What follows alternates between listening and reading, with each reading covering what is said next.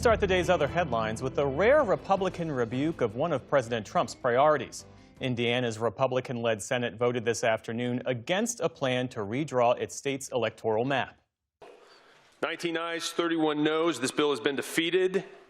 21 Republicans joined all 10 Democrats in voting down the measure. Outside the chamber, critics of the redistricting plan celebrated. The vote comes after months of pressure from President Trump, who has been pushing Republican-led states to redraw their maps ahead of next year's midterm elections. A grand jury in Virginia has again refused to bring a new indictment against New York Attorney General Letitia James for mortgage fraud. It's the second time in about a week that the Justice Department has failed to resurrect its case against James. Last month, a judge threw out an original indictment, finding that the prosecutor in the case, Lindsay Halligan, had been illegally appointed to her role. A similar case against another of President Trump's perceived foes, former FBI Director James Comey, was also dismissed last month for similar reasons. Kilmar Abrego Garcia has left an immigration detention center in Pennsylvania after a federal judge in Maryland ordered his release, saying his months-long detention was troubling. The native of El Salvador and Maryland resident was mistakenly deported by the administration this past spring and then returned to the U.S. in June to face human smuggling charges, which he denies. The White House says it will appeal his release. It comes as the administration's immigration policies were under scrutiny by lawmakers today. Joe Biden left us with... I'm not asking about Joe Biden. I'm asking you a specific question.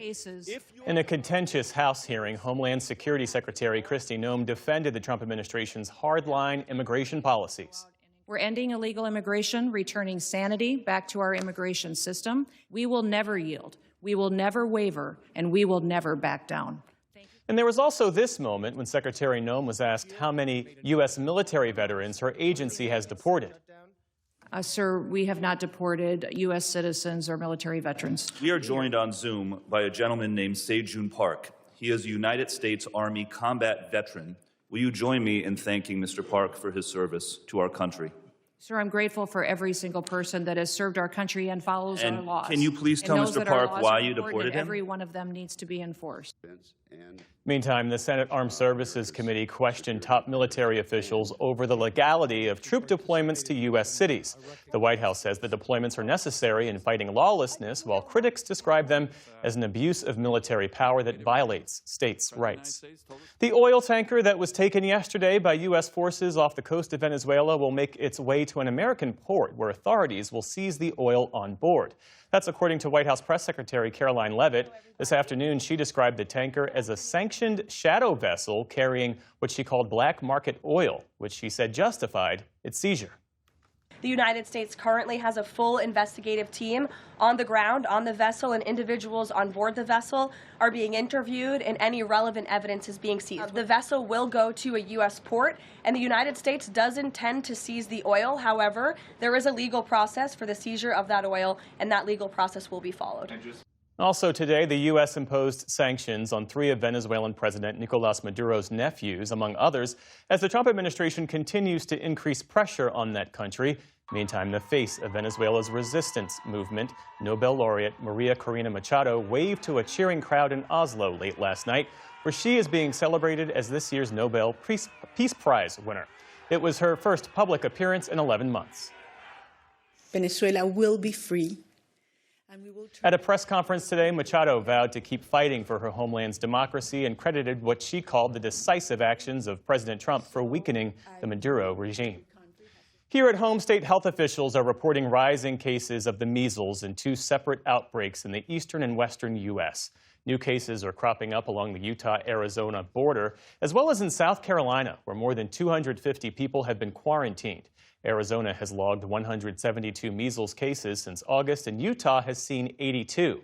In South Carolina, 111 people have been sickened in just the last 2 months.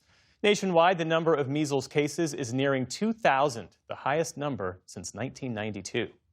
Days of relentless rain have sent rivers rising toward record levels in the Pacific Northwest.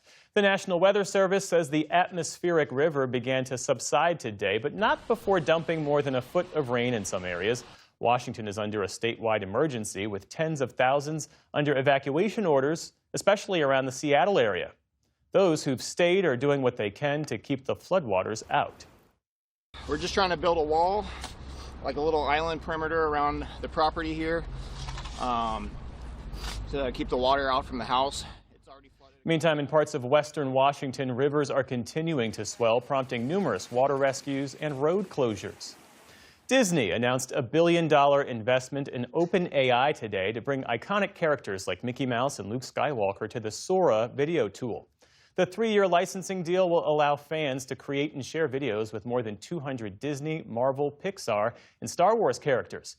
Disney CEO Bob Iger said the agreement will extend the reach of our storytelling through generative AI while respecting and protecting creators and their works. The deal comes as Hollywood tries to navigate the opportunities and challenges that generative AI presents. Artificial intelligence is also gracing the cover of Time magazine, which named the architects of AI as its Person of the Year for 2025. That includes NVIDIA CEO Jensen Huang and OpenAI boss Sam Altman, among others. The publication said this was the year when the potential for AI, quote, roared into view, and that there will be no turning back or opting out. An AI boom has, of course, been driving a long-running rally on Wall Street. And today, the Dow Jones Industrial Average jumped more than 600 points to a new all-time high. The Nasdaq lost ground, giving back about 60 points. The S&P 500 managed a modest gain. Still to come on the NewsHour, an investigation delves into connections between the misogynist influencers, the Tate brothers, and the Trump inner circle. The president's tariffs come with a steep price for stores and restaurants that import Italian pasta. And we explore some of the best video games released this year.